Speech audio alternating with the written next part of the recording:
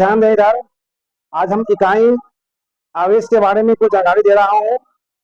इकाई का आवेश क्या होता है, कूलम में जो दिया गया है यूनिट चार्ज वो क्या होता है, इसके बारे में समझिए। सर्वप्रथम जानने के लिए यूनिट चार्ज की क्या परिभाषा है, क्या डिफिनेशन है, इसको आप अच्छी तरह से समझ लीजिए, तब जाकर समझ में आएगा कि यूनिट चार्ज पर कितना फोर्स बनता है। तो सपोज जाने डिफिनेशन क्या है, वैसा आवेश जो बराबर परिमाण के सजातीय आवेश से निर्वात में 1 मीटर की दूरी पर रखने पर 9 × 10⁹ न्यूटन के बल से प्रतिकर्षित करता है, तो वह इकाई आवेश यानी यूनिट चार्ज कहलाता है। क्लियर? मतलब क्या है, सजातीय आवेश या बता Q1 और Q2 क्या है, सजातीय आवेश है।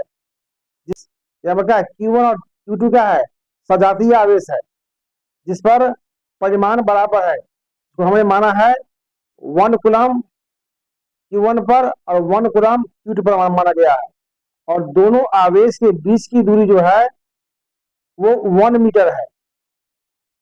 तब इसके द्वारा जो बल बनता है, फोर्स बनता है, वो 9 × 10⁹ न्यूटन का बल बनता है। क्लियर हो गया यहाँ पर? अब आते हैं इसको साबित करें कि ये कैसे हुआ। तो हम सर्वप्रथम मान लेते हैं कि आवेश Q1 और Q2 का मान 1 कूलम है, 1 C है, और इसके बीच की दूरी R का मान 1 मीटर है, जो अपने स्क्रीन पर लिखा हुआ है। इसे देखिए, स्पष्ट लिखा हुआ है। तो कूलम के नियम के अनुसार हम जानते हैं कि क्या होता है, कूलम का फॉर्मूला क्या होता है, F समानुपाती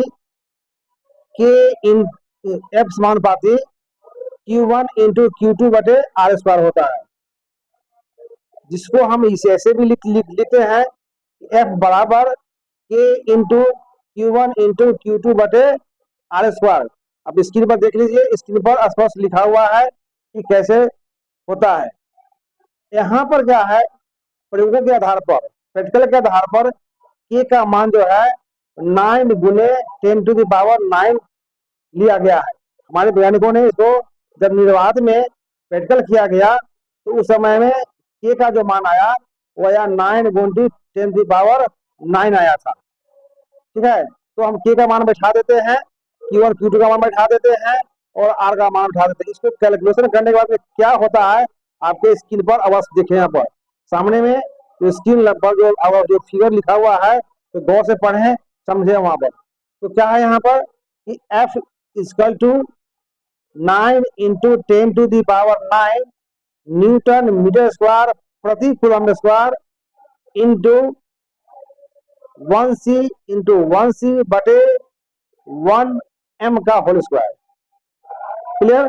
या Q1 Q2 और R का मान बैठा दिया गया है। अब ये सॉल्व करते हैं तो क्या होता है, F बराबर 9 × 10⁻9 न्यूटन मीटर स्क्वायर प्रति coulomb square into coulomb square बटे R²। क्लियर? अब क्या है यहाँ पर, R² से R² कैंसिल हो गया, कट गया, क्या बचा यहाँ पर, तो बराबर लिखा नीचे से कि 9 × 10⁹ न्यूटन प्रति coulomb square into coulomb square. ठीक है, यानी एक कूलम पर -2 है और दूसरा पर +2 है। अब इसको सॉल्व करेंगे तो क्या हो जाएगा, F = 9 × 10⁹ न्यूटन और C पर पावर -2 +2, तो C पावर -2 +2 क्या होगा, 2 प्लस और माइनस घट करके 0 हो गया, यानी कूलम का पावर 0 हो गया। जो दूसरे लाइन में लिखा गया है F = 9 इंटू 10⁹ 10⁹ न्यूटन सी का पावर 0। सी यहाँ पर क्या है? कूलम्ब है। सी क्या है? कूलम्ब है। और सी पावर 0 का वैल्यू 1 के बराबर होता है। किसी भी संख्या का पावर यदि 0 होता है तो वो 1 के बराबर होता है।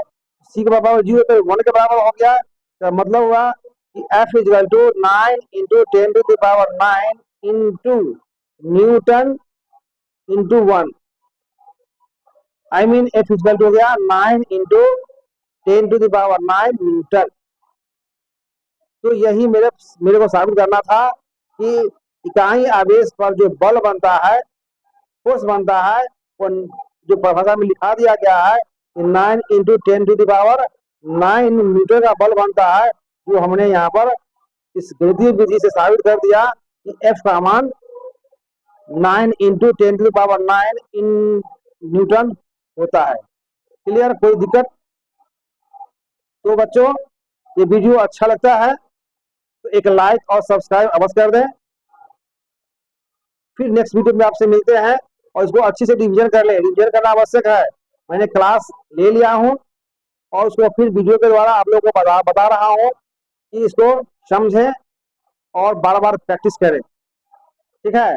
और जो नए विद्यार्थी चैनल से जुड़े हैं वो सब्सक्राइब कर दें ताकि मेरे द्वारा बना वीडियो आप तक पहुंच सके।